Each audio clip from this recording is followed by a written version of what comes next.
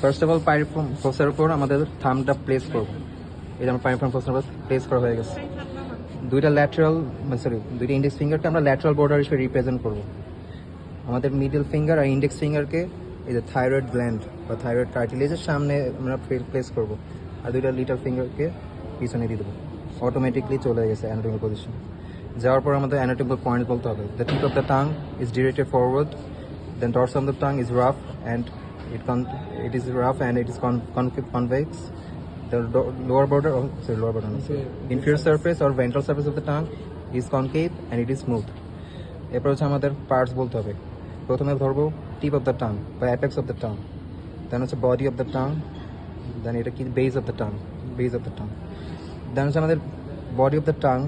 এর উপরে ডরসাল সারফেসে আমরা দুইটা ভাগে ভাগ করবো, অ্যান্টিরিয়র 2/3, পোস্টেরিয়র 1/3। এখন ভাগ করলাম কি কিসের উপর ভিত্তি? No foramen caecum. ফোরামেন সিকামটা অ্যাকচুয়ালি কি? Remnant of thyroglossal duct. এখান থেকে কি হয়? অ্যাকচুয়ালি থাইরয়েড গ্ল্যান্ডটা ডিসেন্ট হয়।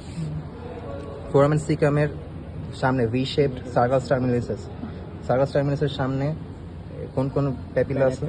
ভেলেট প্যাপিলা বা সার্কামভেলেট প্যাপিলা। তো ডরসাল সারফেসের অ্যান্টিরিয়র 2/3 পুরোটাই আমাদের ডিমার্কেট থাকে হচ্ছে প্যাপিলা দিয়ে। কয় টাইপের প্যাপিলা আছে? 4 টাইপের প্যাপিলা। কি কি? সার্কামভেলেট, দেন হচ্ছে ফিলিফর্ম প্যাপিলা, এই সাইডে এগুলো দেখাই যাচ্ছে ফিলিফর্ম প্যাপিলা। দেন হচ্ছে সামনে ছোট ছোট প্যাপিলাগুলো, এগুলো ফলিয়েট প্যাপিলা। আর tip of the tongue fungiform, আর ল্যাটারাল বর্ডার অফ দ্য টাংও ফাঞ্জিফর্ম থাকে। তো প্যাপিলার কাজ কি? টেস্ট বাড কন্টেইন করা, বাট অ্যাকসেপ্ট ফলিয়েট প্যাপিলাতে থাকে না। আর dorsal most posterior part, posterior 1/3 কি থাকে? মানে প্যাপিলা থাকবে না, কিন্তু থাকবে কি? লিম্ফ্যাটিক্স থাকবে, লিম্ফ্যাটিক ফলিকলস। স্টিল এটা কিন্তু টেস্ট বাড কন্টেইন করে, এটা বলতে হবে। আর কোথাও কোথাও টেস্ট বাড কন্টেইন করে? সফট প্যালেটের টেস্ট বাড কন্টেইন করে।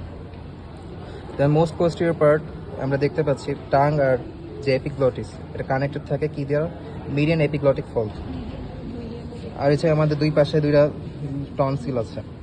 এই টনসিল আর এপিগ্লটিস কানেক্ট করে lateral epiglottic fold. Medial epiglottic fold আর ল্যাটারাল এপিগ্লটিক ফোল্ড, এর মাঝখানে যে স্পেস বা ডিপ্রেশন, এটাকে বলে ভ্যালিকুলা। এই যে এর সাইডে আমরা দেখা যাবে টনসিল। আচ্ছা, ভ্যালিকুলার ইম্পর্টেন্স কি?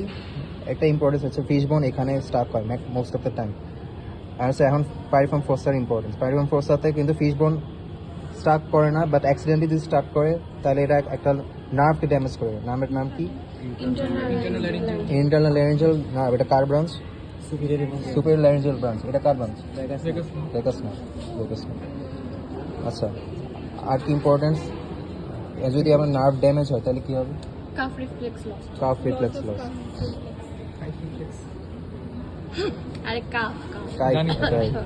আরেকটা বললাম, অ্যানেস্থেসিয়া হবে কোন মাসেলে?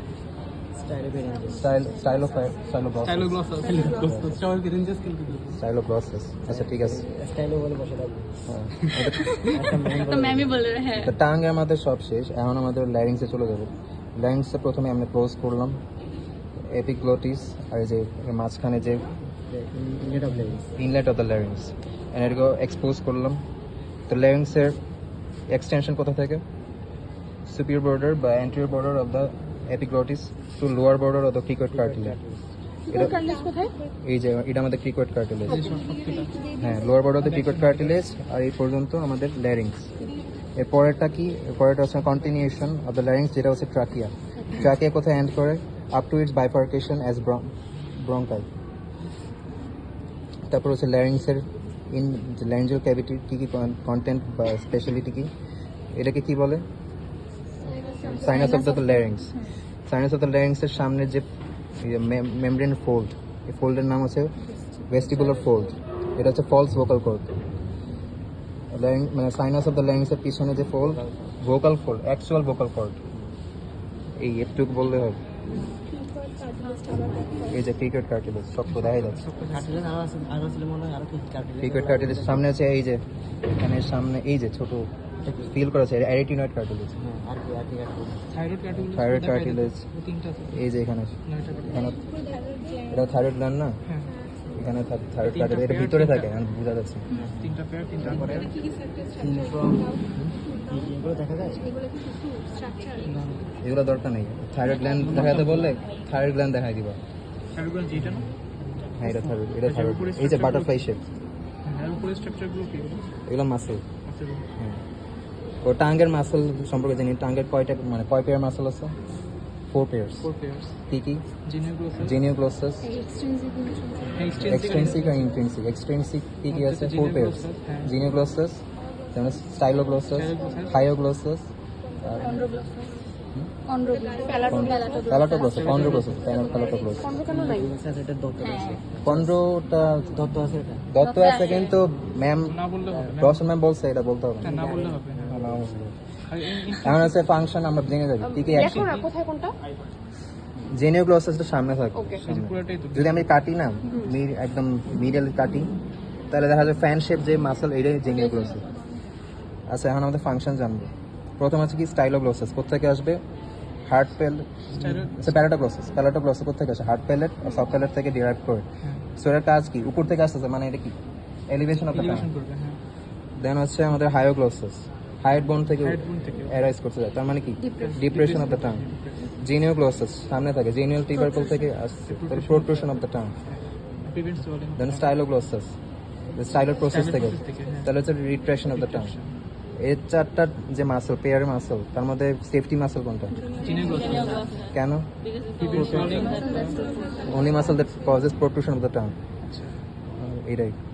তারপর সে আমাদের ইন্ট্রেন্সিং মাসল কি কি আছে?